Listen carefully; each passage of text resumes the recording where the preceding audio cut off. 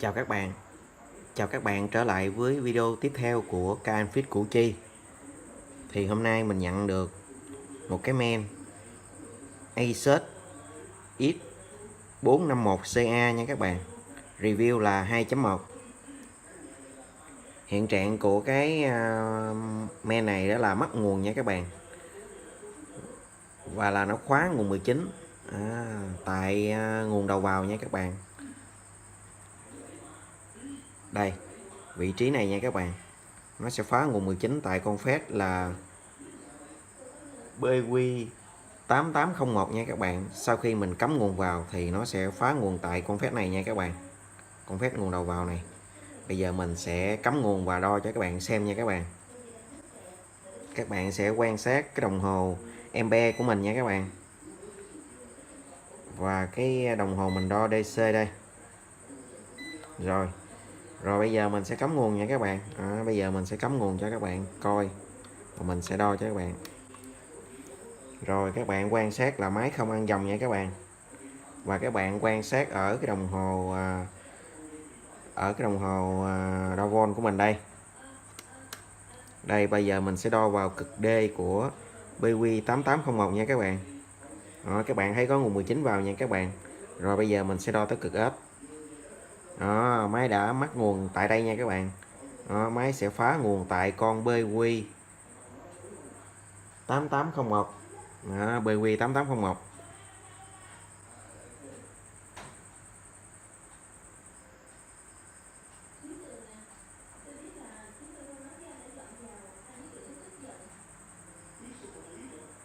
Và ngay cực G của BQ8801 là cái von nó nhảy lung tung nha các bạn, nó không có ổn định. Đó, các bạn sử dụng thấy là cái đồng hồ DC của mình nó đang nhảy lung tung. Rồi bây giờ bắt đầu mình sẽ kiểm tra tại khu vực IC sạc nha các bạn. Ở đây là con IC sạc nó là BQ25A nha các bạn, BQ25A. Rồi bây giờ mình sẽ kiểm tra xem các chân của nó có cái hiện tượng gì bất thường không nha các bạn. Rồi bây giờ mình sẽ xem.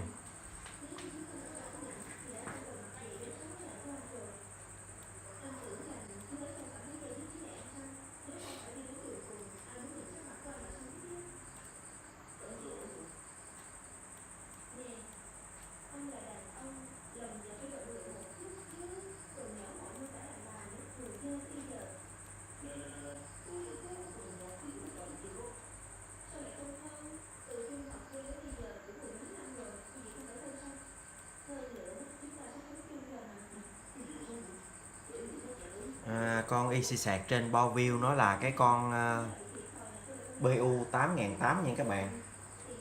Con IC sạc là BU8008. Thì bây giờ mình sẽ đo cái chân.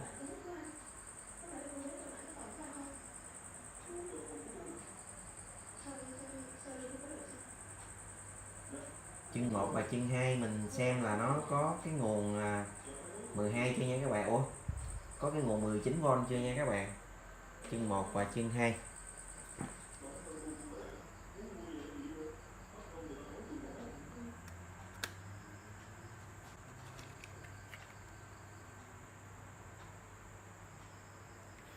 Rồi bây giờ mình sẽ đo xem có 19V chưa nha các bạn. Hai chân này không có nha các bạn. Bây giờ mình sẽ đo chân 20 xem có nguồn 19 vào chưa nha các bạn.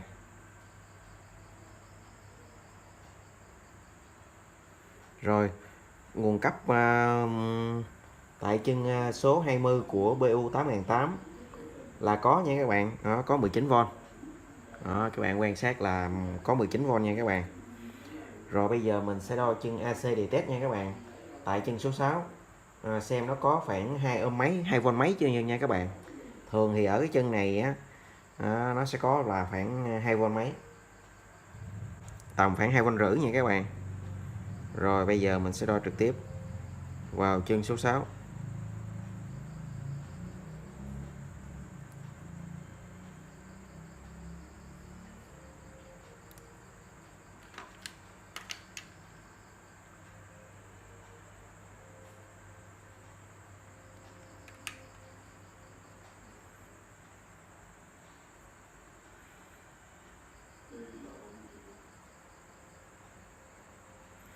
Wow, tại chân số 6 nó đang mười mấy von nha các bạn.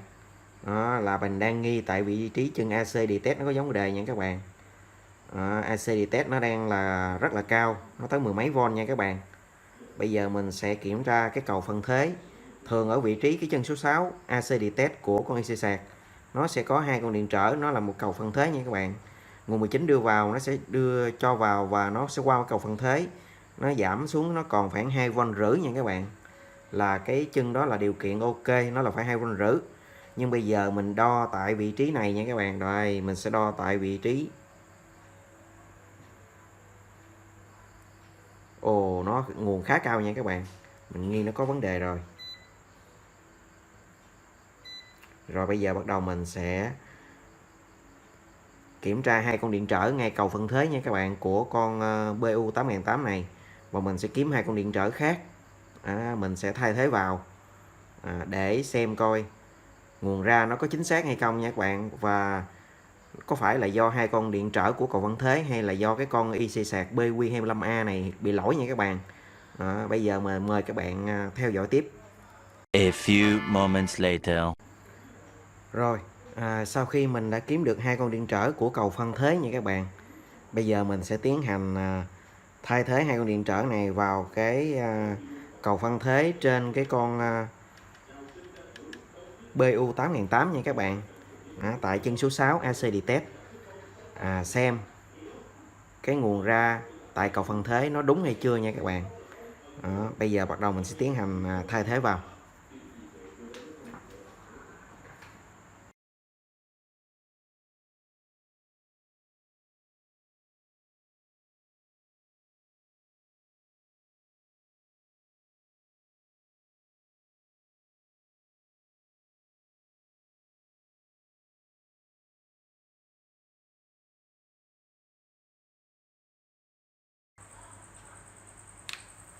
Rồi, sau khi mình vừa hàn hai con điện trở vào nha các bạn, mình vừa hàn hai con điện trở vào xong, bây giờ mình sẽ cắm nguồn và đo lại xem cầu phân thế nó ra đúng chưa nha các bạn, tại chân số 6 AC detect của con BQ25A. Và mình sẽ cắm vào xem có ăn dòng chưa nha các bạn.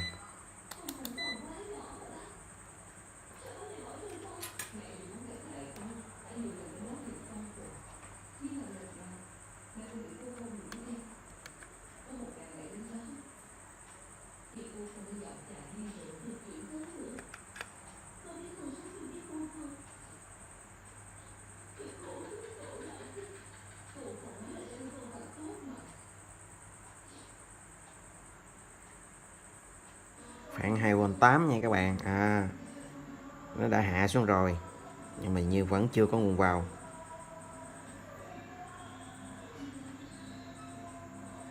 Có nguồn vào rồi chứ.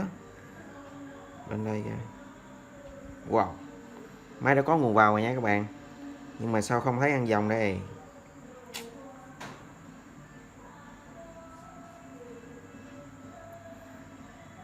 Máy đã có nguồn vào nha các bạn, 19 đã vào rồi, nhưng mà tại sao đồng hồ giờ này không ăn dòng hoặc là dòng ăn thấp hay sao đây.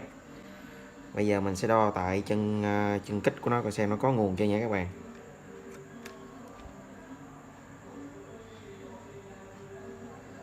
Có nguồn kích rồi nha các bạn.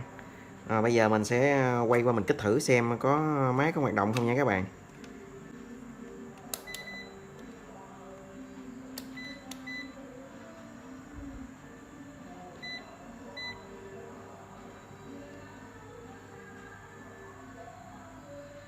Wow,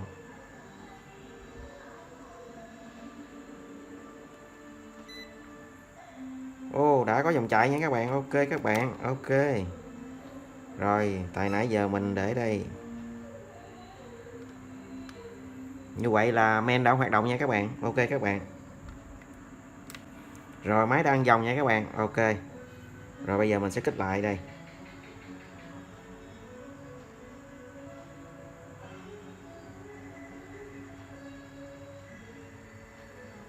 Ok, máy đang dòng và máy đã có dòng bút nha các bạn.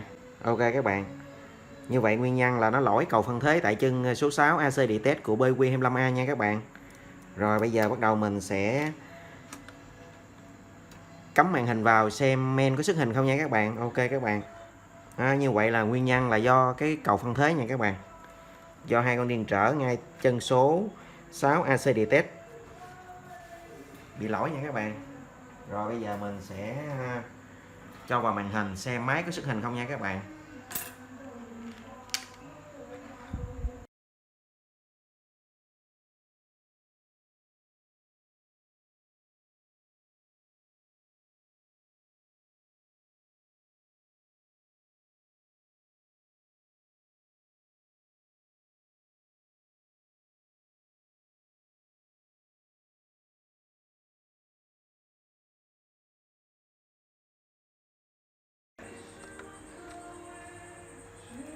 Rồi như vậy là máy đã xuất hình nha các bạn. Ok các bạn. Như vậy là máy đã xuất hình. Nhưng ngoại nguyên nhân ở cái con Asus X451CA này là do bị lỗi hai con điện trở của cầu phân thế tại chân số 6 IC sạc BQ25A nha các bạn. AC Detect là nguyên nhân dẫn tới khóa nguồn 19 đầu vào. Sau khi mình đã thay thế hai con điện trở thì máy đã xuất hình. Cảm ơn các bạn đã theo dõi. Hẹn gặp lại các bạn vào video tiếp theo. Chào các bạn.